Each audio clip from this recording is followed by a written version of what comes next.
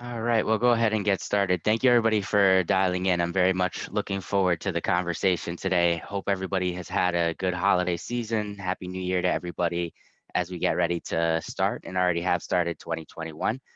Thought I would begin just by providing a little bit of context for the conversation today, and then we'll open it up. Want the majority of the conversation today to be an open discussion. Have found that these tend to be best when people pose questions and there's as much back and forth conversation as possible. So with that, we'll go ahead and jump into uh, the agenda for today. Will be first just opening up with a conversation around the importance of finding purposeful work, talk about some steps for defining your purpose, and then the third thing, just in terms of the open Q&A, is really the goal of the conversation today. So we'll have as much of that as possible. Just in terms of a few quick conversation reminders, uh, remain on mute unless posing a question. It just helps minimize the background noise. Please actively ask questions.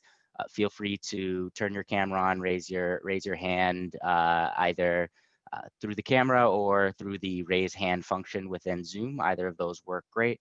Post questions in the chat. I'll begin by selecting some of the questions that were submitted when people RSVP'd, but then really want to open it up for as much live Q&A as possible. So I thought just to do a very quick recap, and some of this was touched on in the LinkedIn article, but wanted to expand on it and provide a little bit of a baseline around purposeful work. So there was a study that was done by Gallup, which showed that 80% of college graduates uh, basically claim and state that they understand the importance of finding and deriving purpose in the work that they do, yet less than half of them actually are able to achieve that. So that is what the study refers to as the purpose gap. And the critical issues with the purpose gap, one being when we look at a trend in terms of what people are expecting when they're graduating from college, they are expecting opportunities where they have a greater sense of purpose in the work that they're doing. So it's becoming increasingly important for the workforce. And then the second being, there's a big correlation between how purposeful people at the company are finding their work, as well as the organization's bottom line. So the study also goes into some financial analysis around why that this is as important as it is.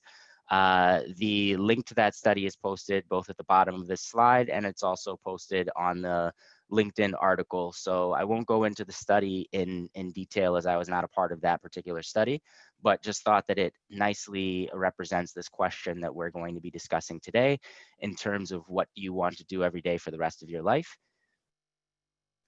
Um, in terms of some research that I was involved in, so during my second year, while getting my MBA from Harvard, I worked with a cohort of 17 students, as well as HBS's Senior Associate Dean for Research, Professor Leslie Perlow, to create this course called Crafting Your Life.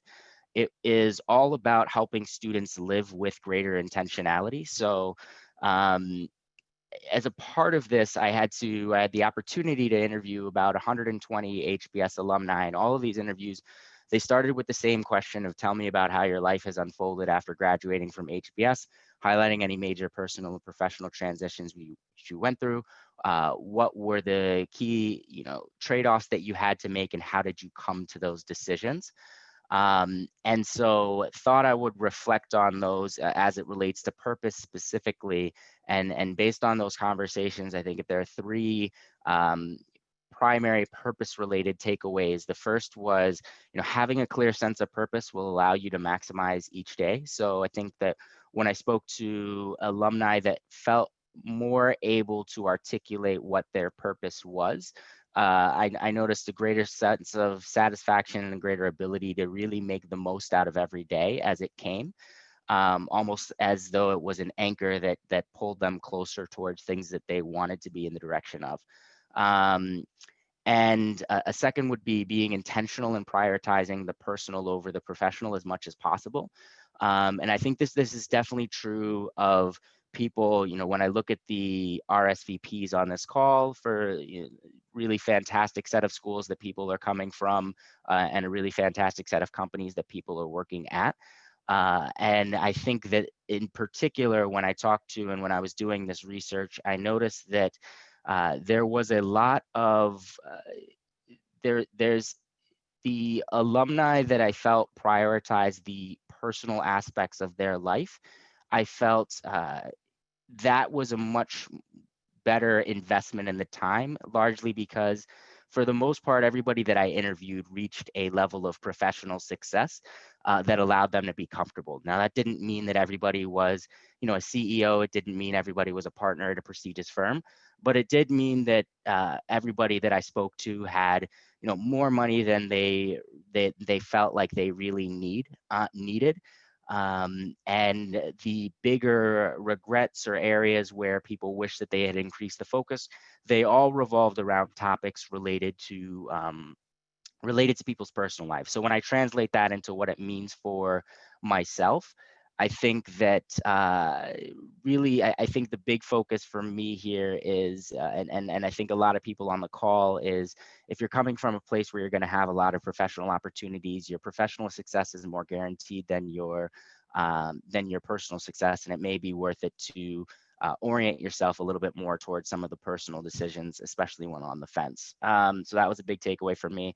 And then the last is creating your own definition of purposeful work, and allowing that to serve as a North Star. So what person A describes as purposeful work will be very different from what person B decides. And the other thing that I want to clarify as we talk about purposeful work, I think that there's work that we do in terms of the day-to-day that provides us with a paycheck and so forth. But then there's also whole other aspects of our life, and I think that that definition of work can be included in that. So I think that for people who find maybe they're doing major initiatives on the outside of their actual work life, then that can for them provide a great sense of purpose and fulfillment as well. So I saw a lot of alumni that defined work a little bit more broadly than just the thing that was providing them with a paycheck.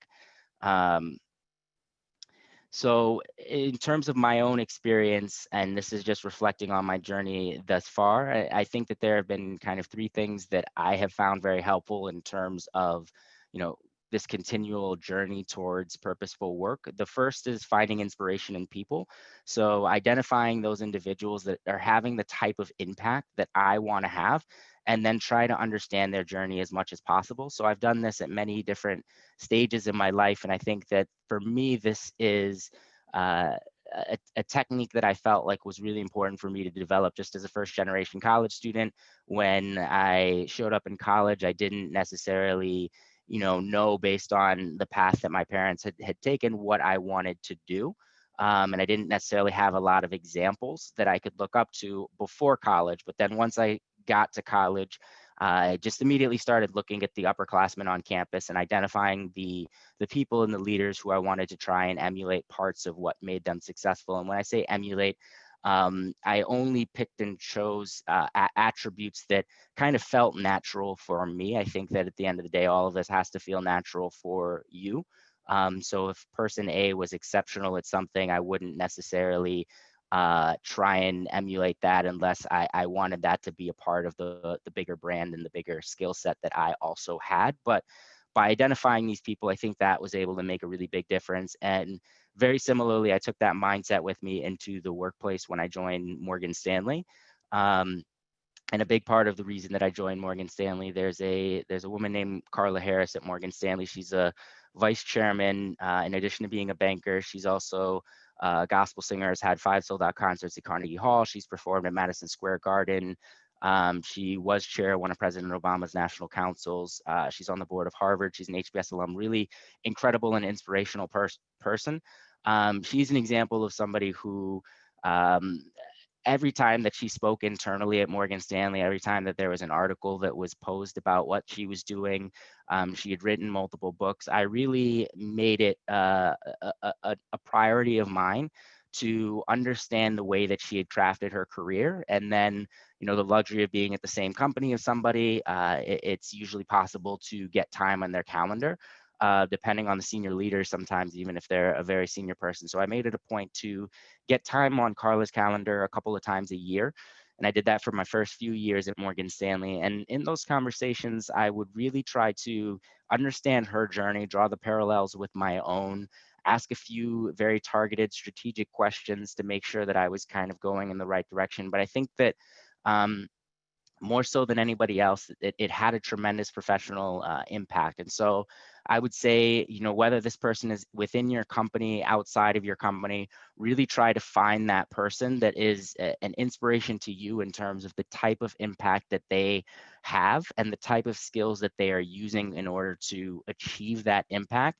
And then see if there's a creative way that you can collaborate with them, get to know them, really understand their mindset. I think the best way to get to know somebody and understand their mindset is going to be to actually work on a project with them. Um, that I think that allows you to just see, on a almost like day-to-day basis, or however frequently you have touch points with them, see how their mind is working and sort of see things through their eyes. The second step would be just taking a step. So I think that, making a best guess in terms of the impact that you want to have, creating a plan for how you might achieve that, and then testing it repeatedly. So I think this process of creating the plan and then experimenting with it is very important. I think that a lot of times when I speak with peers, um, they have an aspiration or something that they're hoping to be able to achieve. But when the aspiration is said just as a singular mission statement, it seems like such a complex problem to try and tackle that it intimidates people from actually making the first step. So I would say, if there's a goal that you have, but you're not sure how to get there, start to do things that are baby steps in the direction of actually getting there, and have a plan in place. And so to maybe make it concrete with an example, I know that one day I'm interested in being an organizational behavior professor. It's part of why I was really excited to do the research with HBS, and it's part of why I really enjoy doing these Zoom calls. And so for me, this is an example of taking a step towards the direction of a plan that I have in place in terms of eventually becoming a professor of organizational behavior.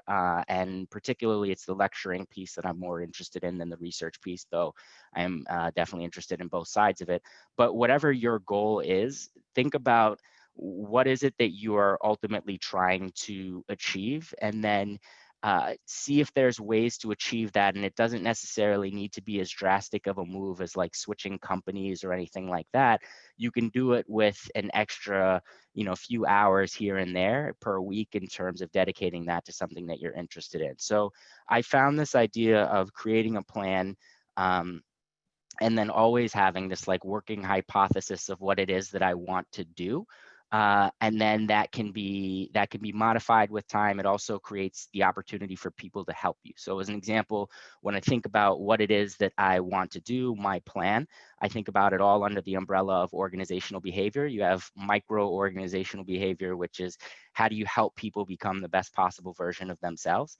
That's things like executive coaching, speaking, writing, and activities, even like these Zoom events. But then there's also an element of macro organizational behavior, which is how do you help companies and organizations create a culture that is both inclusive, that allows people to feel meaning when they show up into work, which allows them to be engaged, which I think ties closely to that Gallup study that we referenced earlier. So I think the macro is a lot of what I get as a management consultant, and that's what a lot of what kind of keeps me excited about the job. And we have a whole practice area that's called people and organization practice that allows me to kind of have some exposure to work being done in these spaces.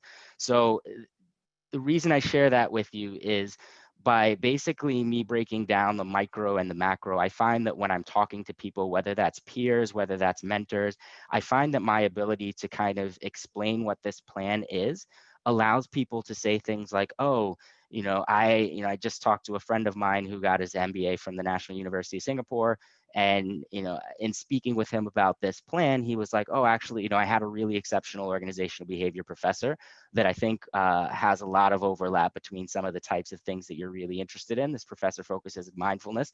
Would you like to meet this person? Now, of course, this was a great conversation for me to have, and you met the person, have stayed in touch with them on a number of occasions. But I think that the key to highlight is by communicating what it is that you want to do, it will strike thoughts in people, whether that's peers or whether that's mentors or so forth, in terms of others that you can connect with. So would really think I've personally kind of seen a lot of benefit in just kind of having that working hypothesis. And that doesn't mean that you necessarily, when you're deciding on this thing, it isn't set in stone. And when I'm speaking with college students, I'll use the example of a person who's in their first or second year of college doesn't necessarily know what they want to do, because I was definitely in that seat. And when I was deciding, okay, I don't know if I want to go into banking, consulting, something entirely different.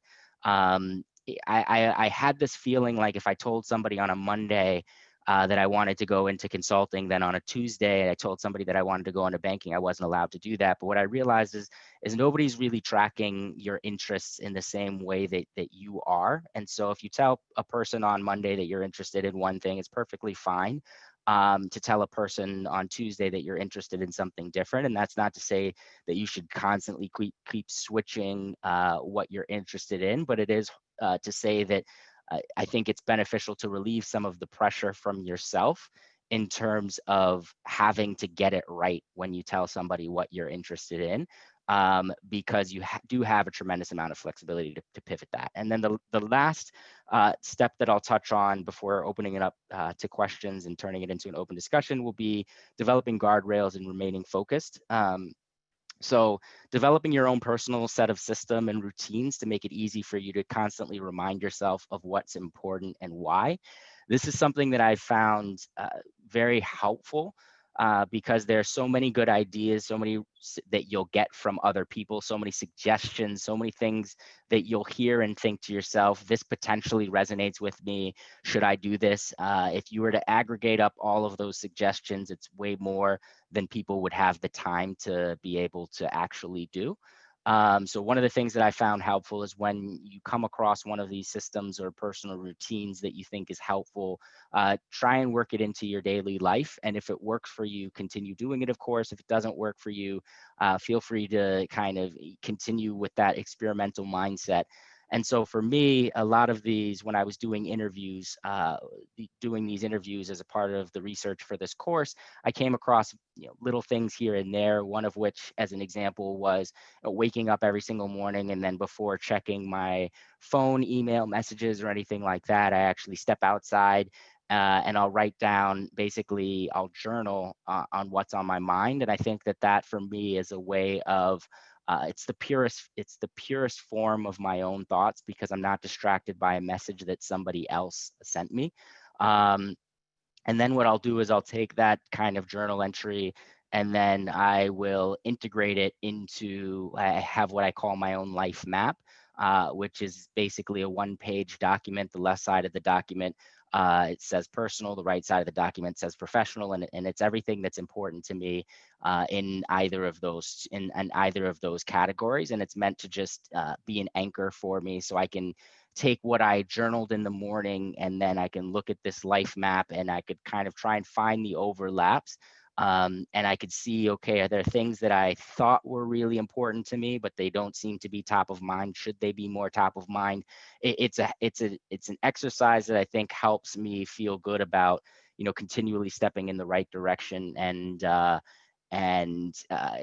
me, it's very much an anchor that keeps me connected to the things that I find important. So these steps in terms of finding inspiration, taking steps towards desired impact, and then guardrails have been what my own formula has been for trying to find purpose in my work. And I'm sure that for everybody on the call, it will be a different set of tools, techniques, and approaches, and so forth. I wanted to just open it up with that brief context, but now I want to turn over to some of the questions that were submitted in the actual in the chat, and turn this into an open discussion. So with that, I'll start just by going through a few of the questions that were posed, but would love it if people could, pose questions. Again, feel free to turn on your video and raise your hand, or just click the raise hand function in Zoom. And then also feel free to pose a question in the chat, whichever form is the easiest, and so forth. So maybe just to begin with a few of the questions that were submitted.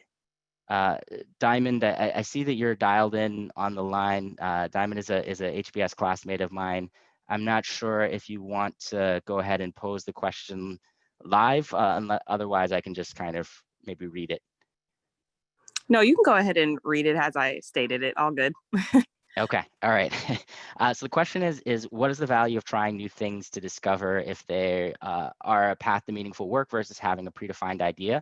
So as I thought through this question, I don't think that there's necessarily, as I think about this, I don't think that there's necessarily the two are mutually exclusive. By that, what I mean is having a predefined idea, I think can inform some of the work, but doesn't necessarily need to determine the choices that I'm making along the path. So for me, as an example, the way that I think about this is imagine that you just showed up in a city that you're not familiar with, and there's one very tall skyscraper in that city. That is, in my mind, that skyscraper represents a predefined idea. So you can see it from anywhere in that you're currently in the city. It doesn't necessarily, and if your objective is to get there, it doesn't necessarily mean that you have something telling you turn down this road, turn down this road. You're going to find the actual intricacies of your path there on your own, and you're going to do it through your own tuition. Let's imagine that this is before the days of Google Maps, and you just have to kind of you have to get there. You're going to find it using your own tuition in terms of which paths to turn down. And so I think that discovery process is really important. And I think it's also really important in general, but also a lot of the companies that we will work at in the next 10, 20 years, some of these companies don't even exist today. So it's really important to keep that open mind to trying and discovering new things on that path towards working towards purpose. So I'll pause there just in case any reaction to that before moving on to the next one. Okay. All right. Prina, I see that you're on the line as well. I'm not sure if you want to pose the question or add any additional context or alter it.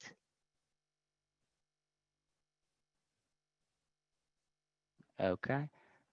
Maybe I'll keep flipping through. Just actually, it looks like Prina may have dropped off. Okay, I'll keep flipping through. Want to prioritize the ones that are from callers who are on the line. Okay, I don't believe Ruthie is dialed in. Rahul. Okay, I don't see Rahul on the line. Adam, I do see you on the line. I'll pause here and see if you want to pose the question, add any context. Yeah, thanks, Triston. All good as is. Okay, awesome.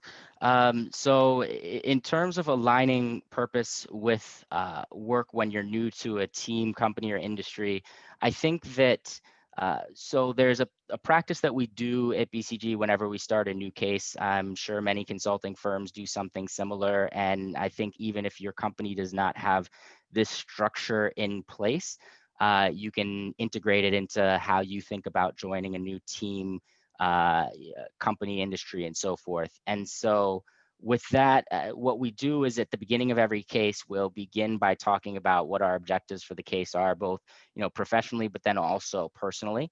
So the most recent case that I joined, I mentioned, okay, my professional objectives are to get into the details and weeds a little bit more in terms of the modules that I'm owning, and being a little bit more concise in my communication. These are my kind of professional objectives. And then my personal objectives are to increase the amount of Zoom events that I'm doing, increase the amount of content that I'm publishing, similar to the article that I posted on LinkedIn. But basically stating these preferences both professionally and personally. And I think that you can integrate your purpose into integrate your purpose into those statements. And what it allows you to do is right away, you're telling your team and the people that you're, especially on the team level, the company and industry, it's maybe a little bit more abstract, but your team is very tangible.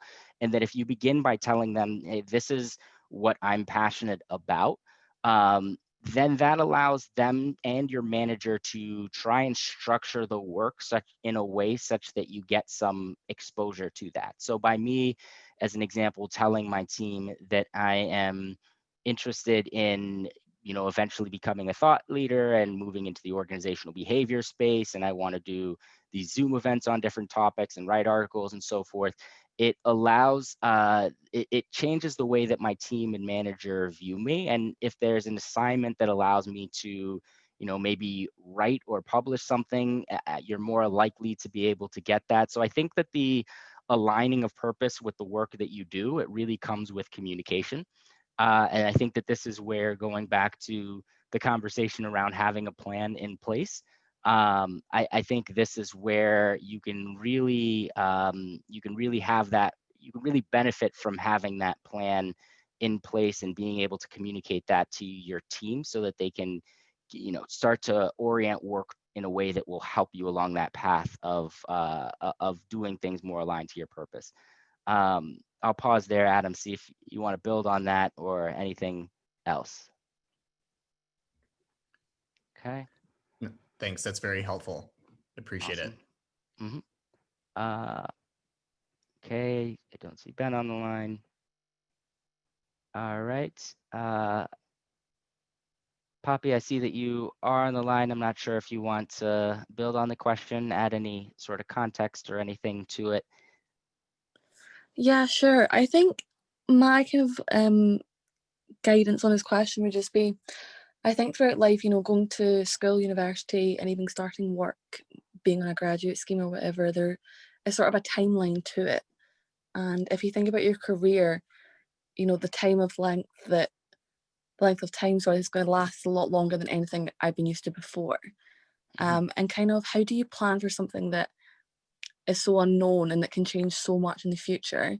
It's kind of hard to see at this point in time what that plan could be. Yeah.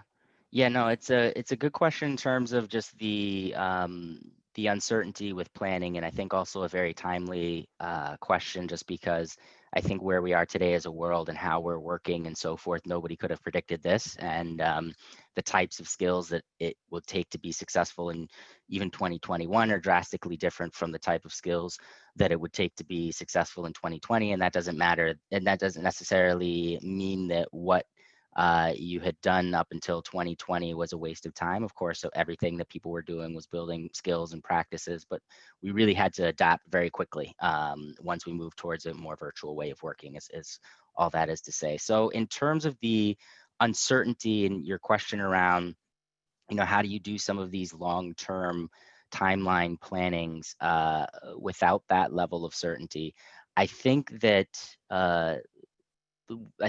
going back to that principle of having a plan and then taking steps towards that and being flexible with adopting that plan as the world around you changes. So in this case, I think that there's so much complexity that I can see how it's very difficult to say, okay, this is what my 30-year plan is.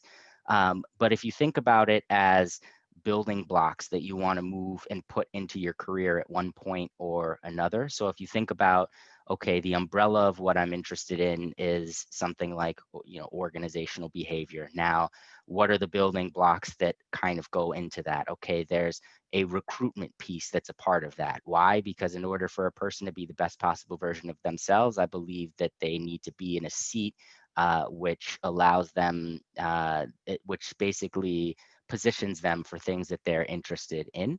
And, there is maybe there's a diversity and inclusion piece to it. Maybe there's a Maybe there's a workplace communication plan to it. So there are all of these different building blocks that go into organizational behavior. And I think that a way to make the timeline less daunting is, rather than viewing this as like you have to get from point A to point B in the next 30 years and who knows where the path will take you. It's more like, okay, point B, this is the type of thing that I'm very excited about. And here are, 5 to 10 different things that would be really great for me to get excited about, and get some experience in as I go towards point B. And now, rather than looking at it as a 30-year journey where the world could entirely change in the next few years, you're looking at it as like a 30-year journey towards, some, big grander plan. But it makes it hopefully easier to digest if what you're looking at is 5 or 10 concrete experiences that you're looking to get exposure into, rather than trying to solve for that 30-year problem, or not problem, but 30-year path all at one point in time. So I think that, to the question around timeline and uncertainty, breaking it down into blocks and then allocating time towards getting some of that experience, whether that is your direct job and what you're doing on a day-to-day basis, or if you don't have the luxury of being able to pivot at that time, then altering it and doing it with the activities that you do on the side. So what is it that you're doing with your evenings and your weekends that allow you to try to start to get some of those 5 to 10 building blocks? So I'd say maybe breaking it down into smaller pieces can help with the timeline a little bit. That's great. Thank you. Okay. And then Colleen, I see that you're on the line as well. I'm not sure if you want to expand on it, provide any context.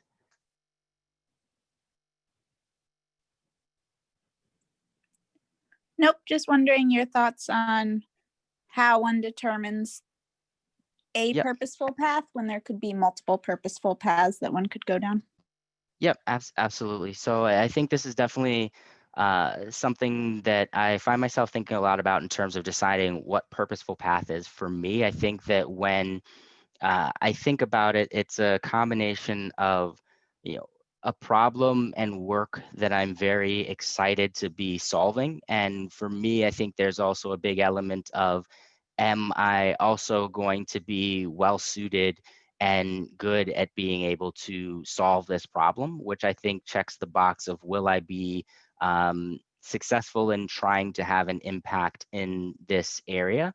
So in determining between two different paths, though, I think one exercise that could be really helpful, if we think back to the conversation around finding inspiration in other people, I think that if you take, let's say there's two paths that you're very interested in determining, whether or not it's the right fit for you, and you take two blank pieces of paper, and on one paper, you write down everybody that you can think of who is in one way or another positively having that impact towards, let's say purpose area A. And then you do the same thing for everybody who is having an impact for purpose area B. And you look at the two lists of people, and I think if one of these lists of people you get really excited about, what if my life unfolded in the way that this person's life unfolded?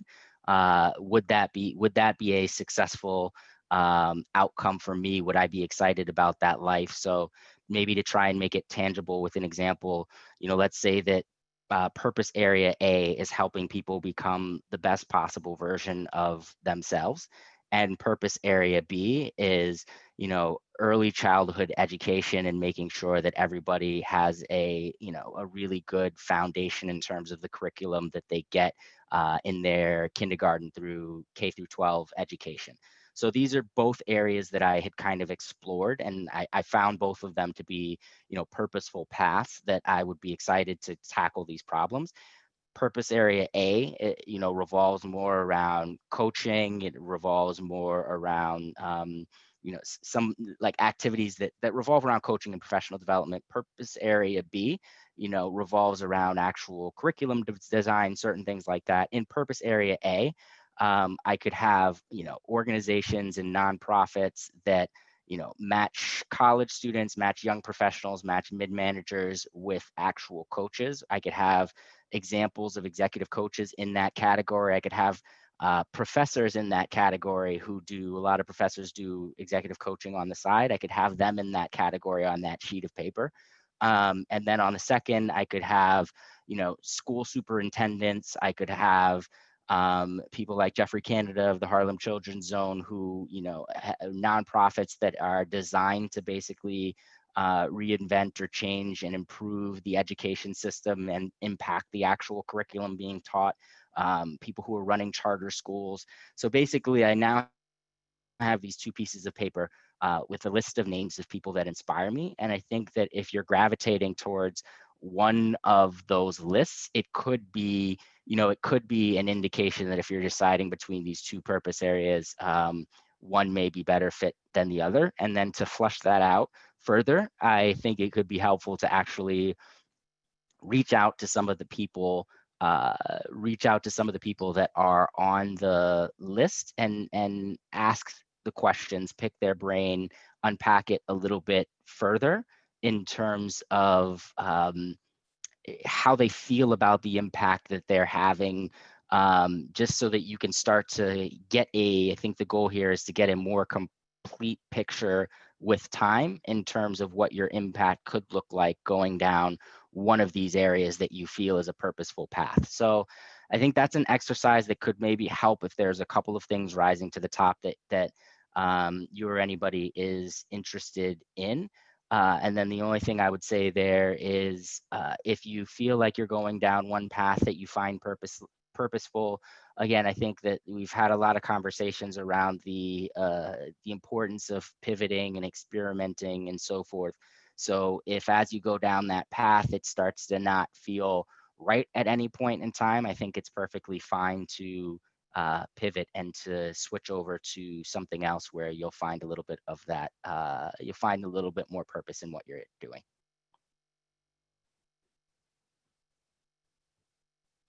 Okay. With that, so I will go ahead now and love to leave the last 23 minutes just either for questions, reflections, thoughts, and so forth. That was the last of the questions that I had gone through in terms of the ones that I had selected in advance, but want to leave the remaining 20 minutes or so for people to just pose questions live that they may have. Hey, Triston, this is Diamond. Sorry for any background noise in advance. So I'm curious to get your thoughts on if you kind of start discovering that you feel like your purpose is better suited through a non-traditional means of work, so working for yourself, consulting, etc. How do you think about that decision point when you say I can stay in, a more traditional job and try to find ways to live my purpose in that job, or take a jump towards doing something a little more non-traditional? And I'm curious to get your thoughts because I feel like you may relate. I think you're at a great company right now, but you also are doing all this stuff on the side that aligns towards your longer term goals. So just curious how you think about that. Yeah, and this definitely resonates with me a lot. And actually, I think probably the biggest reason that it resonates with me, and I think that the reality is I myself feel like I'm on this journey in terms of working towards it. But people sometimes ask me at this point in my life, I feel like I grew up in a little bit more of a humble upbringing, but I feel like throughout my education and so forth, I grew up in around people that came from a lot of wealth. And even if I think about my own future family, I do hope to have a family one day, and I think that they will grow up more kind of on the wealthy side of that spectrum, probably.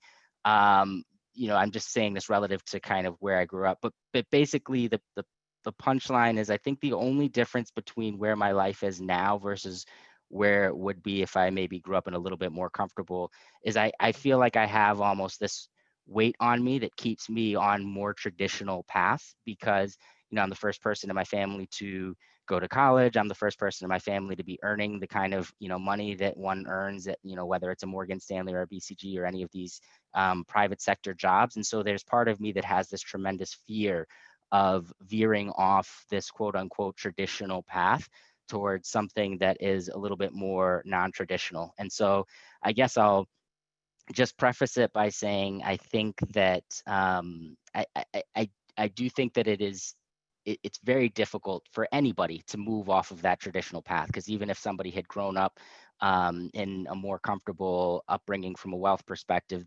there could be a whole set of family expectations on that person to basically stay the course as opposed to doing something less traditional. So it's not easy for anybody, but I preface all that to say I think moving away and to these non-traditional paths are very difficult to do. I personally, where I have landed on this has been, and it goes back to advice that I was given when I was at Morgan Stanley. I was working for Carla Harris, actually, before I had accepted the job working for Carla.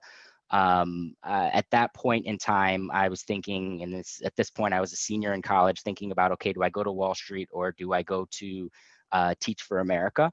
And I had this conversation with Carla, and in realizing in that conversation, what I realized is that your job does not have to define the impact that you're having. And so for me, my title doesn't necessarily, so just because I'm going to Wall Street, that doesn't mean that the biggest impact I'm going to have is going to necessarily be on things revolving around Morgan Stanley's objective. Now, I do think that if you're at an organization and fundamentally what you're interested in is so different from that organization, then I do think it's worth it to, in the short term, start to think about what could a pivot look like, because I think that is extremely restraining. So at the end of the day, that's a big part of why I knew that I was going to be leaving Morgan Stanley and not returning to kind of that sector once I graduated from business school, because when I thought about financial services, in my mind at least, it revolved around, if you're on the wealth management side, how do you take a wealthy individual and increase his or her kind of wealth? And then from a corporate side, how do you do financial engineering? How do you do things to basically increase the wealth and prosperity of a corporation? And neither of those really spoke to me in terms of what my mission was. And a huge part of why I went into consulting was because there was a little bit more flexibility in terms of being able to have a broader interest area, discuss what your passion is, and then you have to find, okay, this is what I find purposeful. Now, how do I weave that into the bigger goal of this organization? And that tends to be a little bit easier to do at a consulting company than a company that has a little bit more of a narrow line of work that they will do. But to answer the question of at what point, I think that, and this I recognize, I'll say it's probably one of these easier said than done things, but I think it's the point in terms of moving towards that non-traditional path. It's one of those things that, like, it's the sooner the better, I think, for the people who are really trying to maximize on the purpose that they find in their life. And I think that the non-traditional path is much more likely to bring you that level of satisfaction and purpose than the traditional path. And that's because there's no company today that could do a better job of writing your own personal mission statement than you could do writing it for yourself. It's just, it takes time and energy and thought to really wrestle with what is it that you are interested in, and to put pen to paper and then to kind of create, whether that's an organization or a set of activities that you use to spend your day. That takes a whole lot of effort to be able to do that. Whereas, if you're following a traditional path and you're going down, the company route, that really doesn't take very much effort to be able to do that. And so it's easier to do that. And there's a whole bunch of short-term rewards that you are given in place of it, meaning, you're given a steady compensation, you're given trajectory, you're given promotions every few years. That kind of thing makes staying on the traditional path so easy to do. But I think that through the lens of maximizing purpose and finding that purpose, I think that moving towards the non-traditional path, the sooner the better, I think is going to be a good fit for you, and not for you as in like you an individual. I mean for anybody. I think moving towards that non-traditional sooner rather than later. And what I will say is non-traditional path doesn't necessarily mean, if you're at a large company, that doesn't necessarily mean that you have to leave your role entirely. There could be at these organizations, there could be a lot of different seats within that organization. So a non-traditional path could be moving from one seat to another seat. As an example, I think that during my time at Morgan Stanley, I made some pretty untraditional moves in that, first I went from investment banking to sales, whereas most of my investment banking counterparts went into like private equity or they went into hedge funds. I knew that I wasn't interested in that. And so I moved into sales, and then I moved into a strategy role within a business unit that was focused on increasing business with Asian, Black, and Hispanic clients. Then I moved into human resources, which was kind of a very untraditional move, kind of going from the front office into the back office. So I think that there can be untraditional moves that you can make within or non-traditional moves that you can make within the context of the company that you're at. But I think that the best moves that you can make are going to be ones where it's less about is this traditional or non-traditional, and it's more about, okay, this is the direction that I'm looking to head in. If money were not an object and I was making this decision purely based on which of these experiences is going to move me towards that goal that I'm working towards, that purpose that I'm working towards, what would I be doing with my time? I think the more that the thought process can be oriented around that, the closer you'll be able to move towards finding this purposeful work. So I'll pause there, and I'll just do it with a recognition that I know that this is one of those easier said than done, but I think the sooner the better in terms of non-traditional paths, because I really, again, to that point of I don't think that any company can do a better job of defining what your mission statement is than you can do for yourself. And when you're signing up for a traditional path, you're embracing the mission statement of that organization and you're making it your own. But that starts to basically tell you what it is that the impact that you're going to have with your life is, because it's restricting the number of hours that you can spend towards.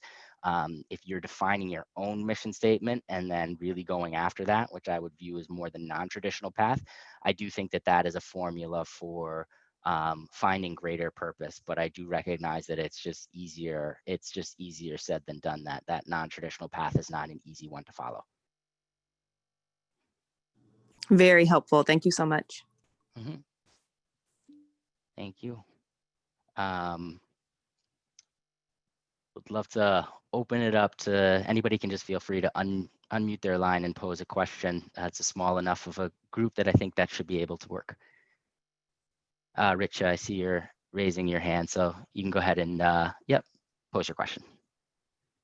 Hey, Triston. Thanks for hosting us, by the way.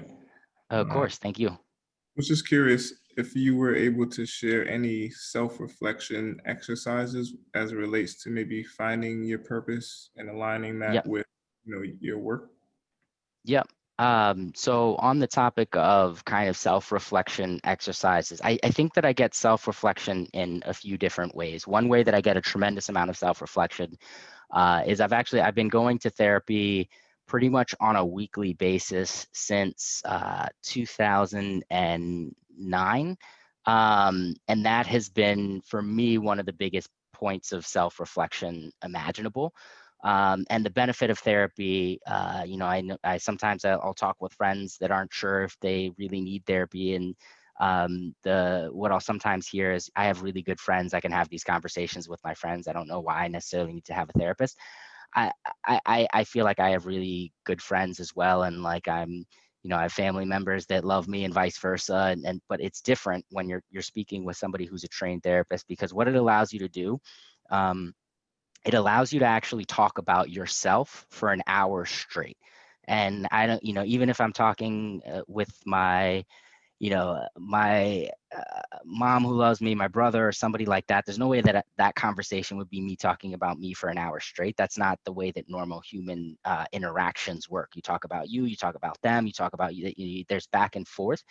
I think that talking about yourself for an hour straight allows you to drill into a level of depth that you just don't get in normal conversations that you have with friends and family members.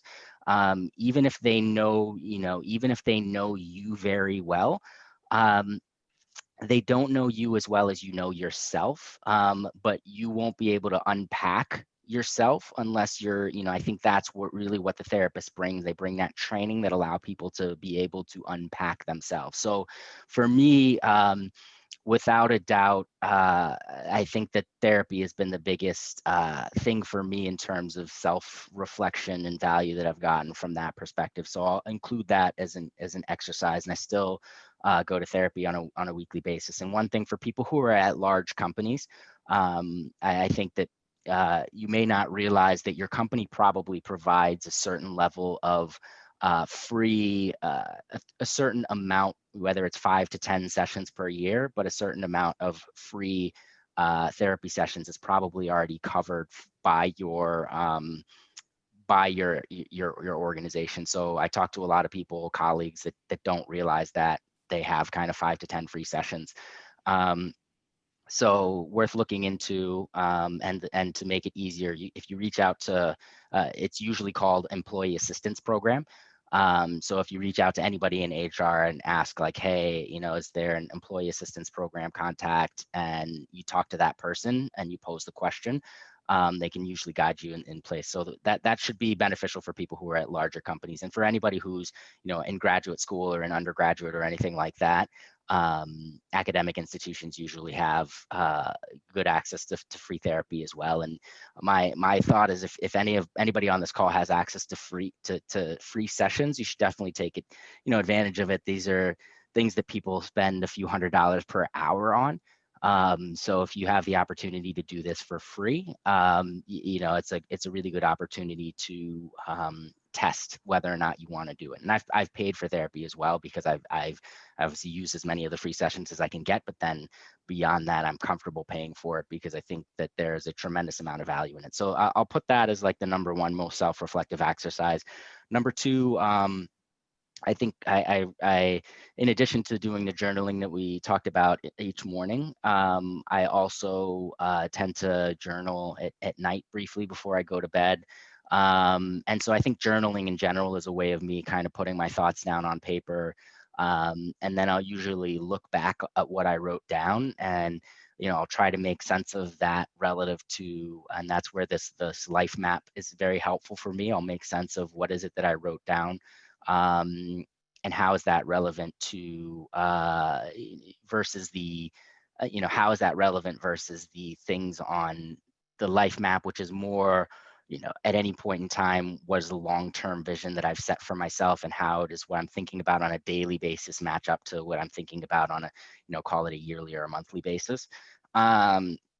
So that's another self-reflective exercise that I tend to do. So I'd say that those are probably the biggest few that I found a lot of benefit in. Thank you, Triston. Appreciate it. Yep, of course. No, thank you.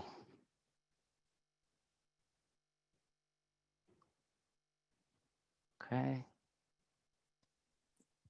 As a follow-up to that question, do you have any suggestions around finding a therapist with whom you have a good rapport?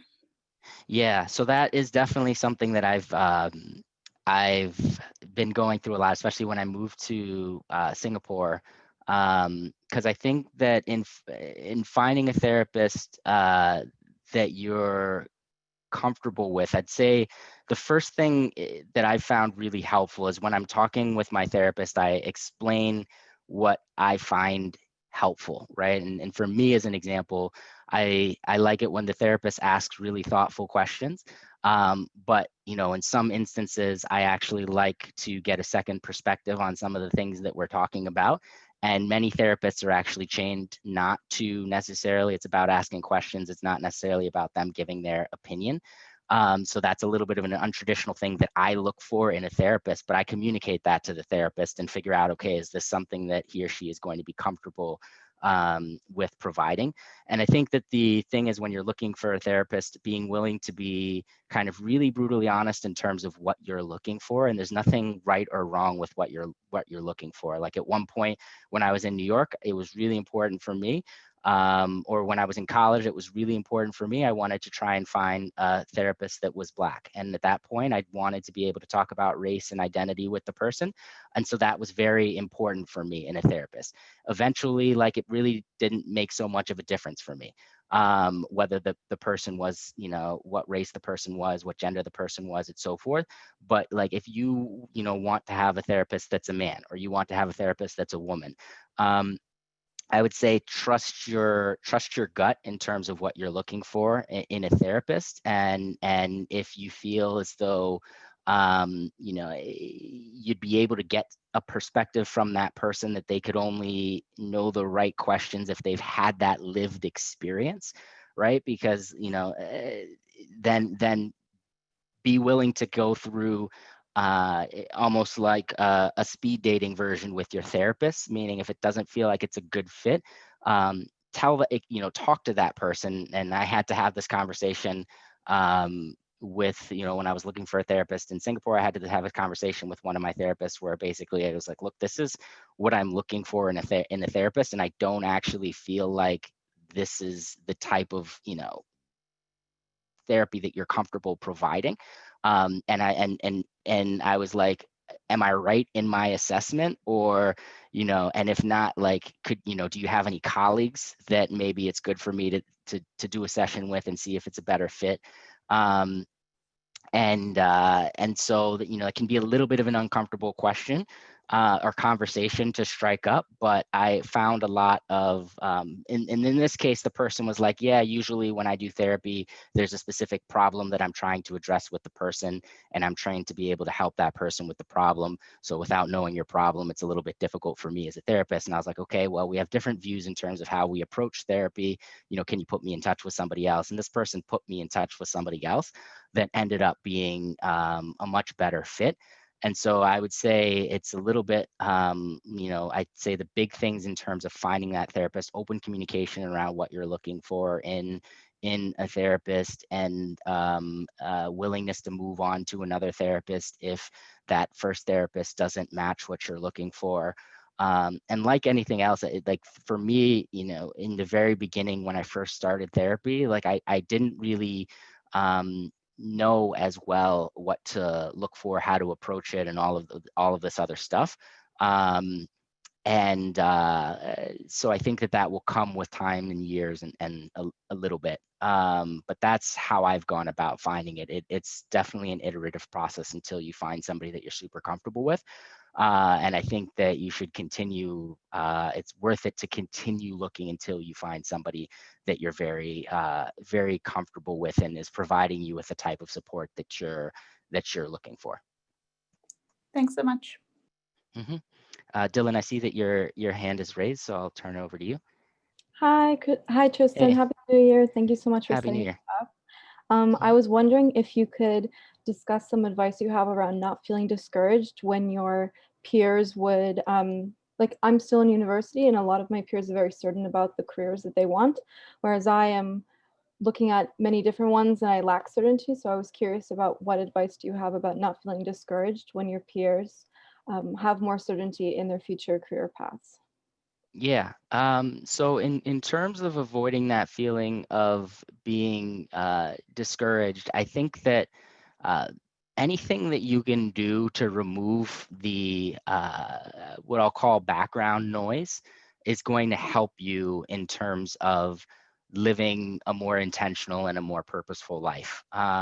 So the clearest example of that I'll give is definitely social media. And I recently watched The Social Dilemma. And after watching The Social Dilemma, which is a Netflix documentary basically on the negative impacts of social media, After watching The Social Dilemma, I deleted Instagram, Facebook, and LinkedIn off of my phone. And I didn't delete my accounts because I still feel like they're necessary and valuable and so forth, but I did delete them off of my phone. And my thought process is I was like, there's no harm in deleting it off your phone. If I feel like I'm really missing something, then a week later I can put it back on my phone, type of thing. I haven't really felt like it's been maybe a couple of weeks since I've had it off my phone at this point. I haven't really felt like I've been missing anything. I definitely know for sure that I've gotten a lot of time back. And also to that point of like, you should be spending as much time as possible thinking and planning, I guess, your own life as opposed to responding and reacting to somebody else's life. So, I feel like, I hit a point at one point where I was like, wow, all my friends are ending up on these like Forbes 30 under 30 lists and like all of this stuff. And I'm not on these, I'm not on these lists. I didn't necessarily see that person as any different from me. Am I doing something wrong? And I think that I don't I think the further you can move away from looking at what other people is doing as your benchmark, and you can, reorient your benchmark to being yourself. So if you're benchmarking, what is Triston like in January 2021, and how is that different from December 2020? I think that is a much more healthy impact or framing for me than, okay, what am I like, what was I, how am I comparing to this person? Because the reality is we don't really have a full view on what's going on in that person's mind or at any point in time. So that has been the technique of the strategy. And I don't consume social media, and so I'm usually oblivious to what other people are doing. And sometimes I'll meet up with a friend and they'll be like, yeah, I posted this on social media, and I'll just remind all of the friends that I meet with that I don't really read social media that much. So if they posted something on social media, chances are there's a very small percentage that I actually saw what it was. And so so I guess to summarize, I would try and orient your benchmark to yourself, and then look for improvement like within yourself month over month and what that looks like, as opposed to I would try to steer clear of any comparison to other people. And I think that social media is obviously the thing that leads to people comparing themselves to one another most frequently. Yeah. Thank you. Mm-hmm. So I see that we are at time. I'll continue to take questions, but of course, I just wanted to say thank you for everybody dialing in. Feel free to drop off the line at this point. I'll continue to take questions, but I just want to be mindful of everybody's time. And so just wanted to take a quick moment to thank everybody for tuning in. If you have any follow-up questions, please do feel free to shoot me a message on LinkedIn. Is the best way to get in touch. And so Antoine, I see your hand was raised. Yes. Or yeah. Yeah. Okay. Thank you so much, Triston. It's great. It's really a great pleasure to be here tonight, and thank you for taking the time to answer all our questions. I just wanted to circle back on the therapy topic, and then build my question on that.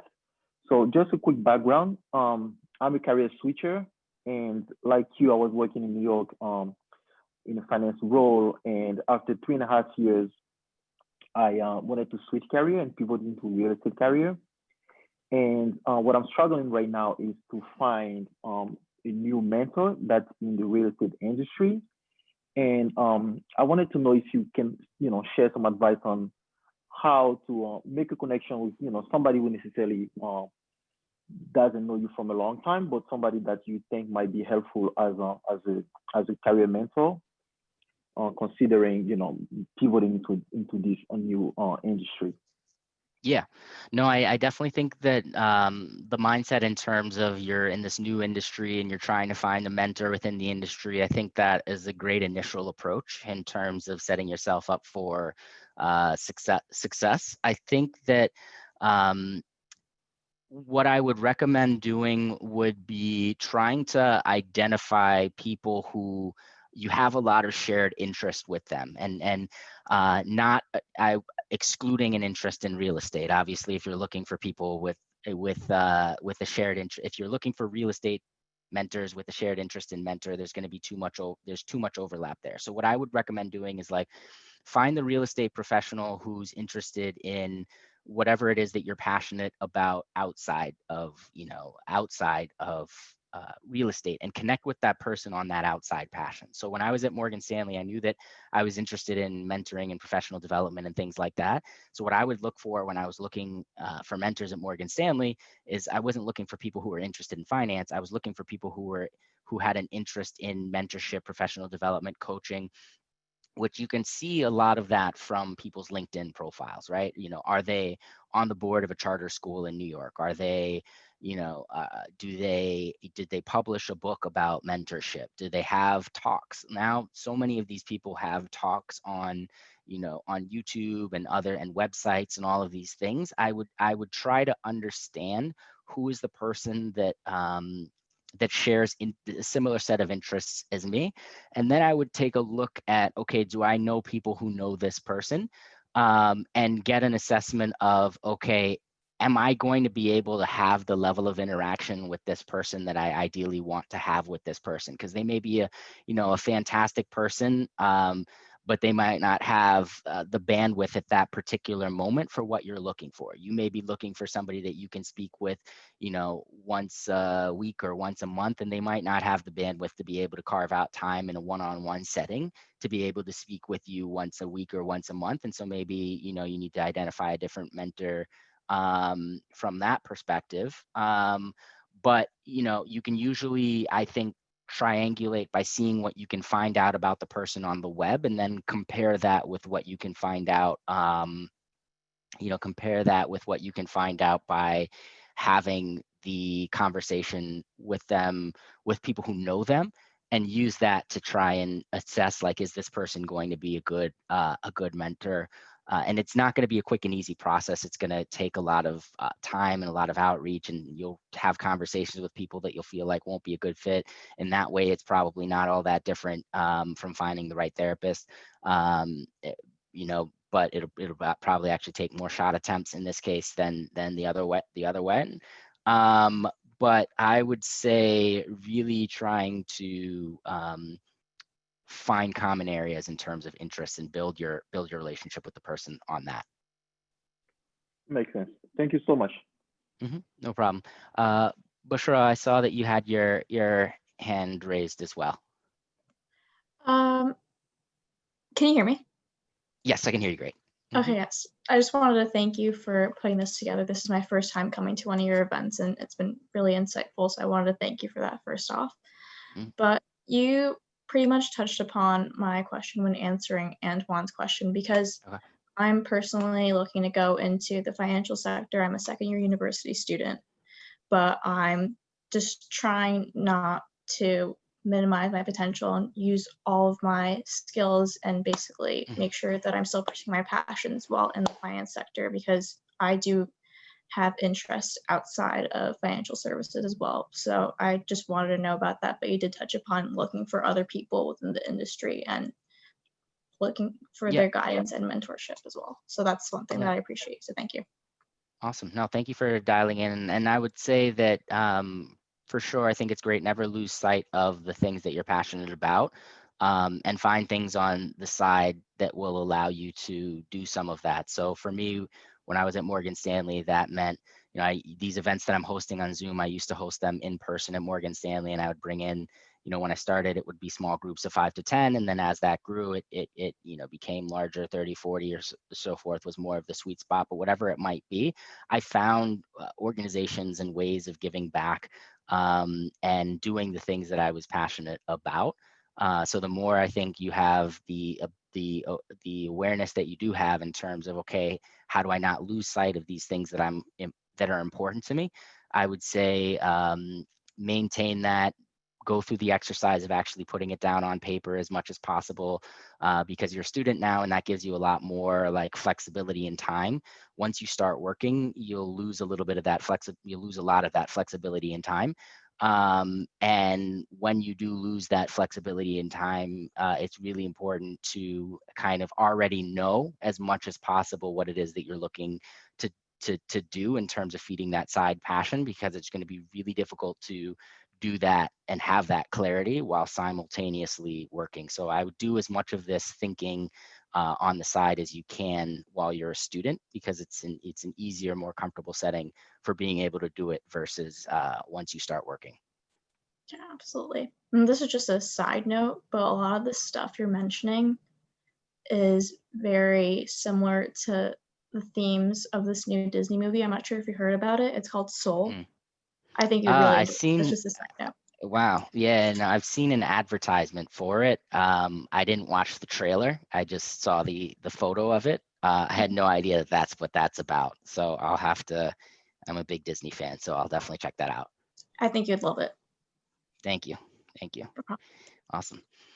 Awesome. Nikki, I see your hand is raised. Hi, Tristan. Hi, this is Nikki. I'm here in Singapore.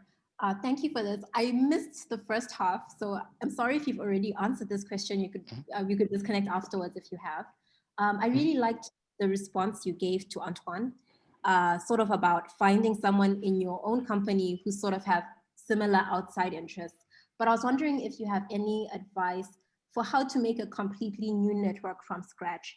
So I'm in the healthcare field myself, but a lot of the things I'm really trying to do, you know, back home in Africa, I live in Singapore, but I'm from South Africa, is require sort of a connection to people who are in business and capital, people who are just so out of my network, I would never come across them. I know other doctors, obviously other scientists, we meet at conferences.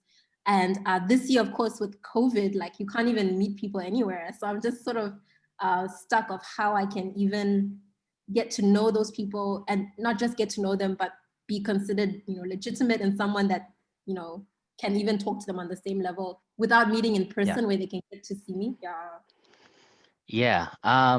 Well, all things considered, I think that we probably have a leg up here in Singapore, and that we do have the ability to meet with people in groups of up to 8 and so forth. But point still definitely, and so I say that just cognizant that some people might be in cities right now where meeting up in person is really not feasible or advisable and so forth, versus you know, using the luxury of being able to do that. And I'd actually say that in some ways, this inability to meet up with people in person can actually be a positive thing, because people's willingness to virtual conversations and phone calls, I've felt like in the outreach that I've done, has actually gone up, because they're able to do so from the comfort of their own home. You don't have to worry about the commuting time, which if you're working in an unpredictable job can actually be a really big benefit.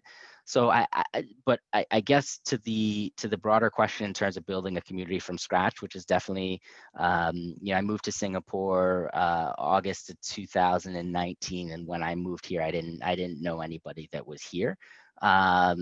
And I think that some of the things that I did in the very early stages, one thing that I did is anybody who, you know, I would tell all of my friends that I was moving to Singapore, and every now and then I would come across a friend that was like, I even posted on Facebook at one point, like, hey, you know, like I basically just posted that like I've moved to Singapore, or I'm, you know, enjoying the process of like finding, you know, making this my new home. Like it's been great meeting some people, looking forward to meeting like a lot of new people. And basically I made this post knowing that what it was going to result in was going to be friends were going to reach out to me and say, hey, Tristan, I actually have a friend in Singapore. And whenever I had a friend say that to me, I followed up with them. Like that, you know, if somebody was like, you know, I know one person in Singapore, I would always follow up with that person and grab coffee with them, have a call with them, whatever it might be. So I would say that your friends could be an initial lead. The other is if you went to a school where there's an alumni base, even if that alumni base is not in Singapore, really just thinking about who you know that might know people in Singapore, and start to have like more of a broad network. The other thing that I started doing is, once I started actually knowing a few people in Singapore, I at this point I host events every single, for the most part, every Saturday and every Sunday. But certainly I host events every single weekend, and I'll usually invite a few people that I know, and then in many of those cases, I'll have people invite people that they know as well. And so I'll be meeting them for the first time. And, in Singapore, it's so easy to find a building which has like a lot of people will live in, or people, if they're living in a condo, they'll live in a building oftentimes with a communal area. So it makes hosting and finding a space a little bit easier. And so I'll just host like in the communal space, but basically finding, attending those, hosting those, telling your friends that you're looking for people who are interested in finance, seeing if they can kind of put you in touch with other people. I think it comes down to communication around like, these are the type of people that I'm looking for, and then a lot of proactive outreach. So when you get the recommendations from somebody, kind of following up with that person and meeting with them. So I guess I'll pause there, but I think that for me, the biggest thing has been like communicating that you're in Singapore, making it known that you're really excited about meeting new people, hosting events, attending events, inviting people to things. Like if you're going to be going and having a dinner with a friend, ask yourself, okay, is there somebody else that this friend would also enjoy meeting for some reason? Because I think if you get into the habit of introducing all of your friends to interesting and new people, they will likely do the same for you, meaning they will likely think, oh, okay, Nikki might be interested in knowing this person. Let me see if she's free to join. So I think the more you start inviting people to things, the more people will invite you to things as well. And so I'd say those are some of the techniques that I use to be able to go from, really knowing nobody in Singapore to feeling like I had a base in a community. Thanks, that's really useful. I'll try flex my introvert self to do that. Thank you. Fair enough. And I'm introverted as well. So it really, for me, is very much a force to be able to do a lot of this stuff. And it comes with time and practice. So I know it's not easy. And it's it's very uncomfortable, but I felt like it's important for me to be able to do it. And then just on the point of introversion, there's a really interesting book called Quiet by Susan Cain. It's about introverts in an extroverted world, and how to turn introversion, or how to view the strengths of introversion, as opposed to most people will commonly associate it with the challenges that come with being introverted. So if you haven't read that book, you might find it, I found it a really nice read. So could be an interesting read.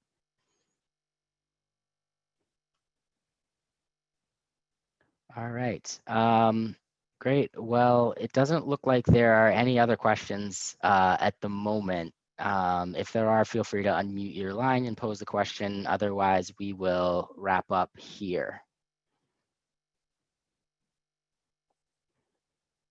Awesome.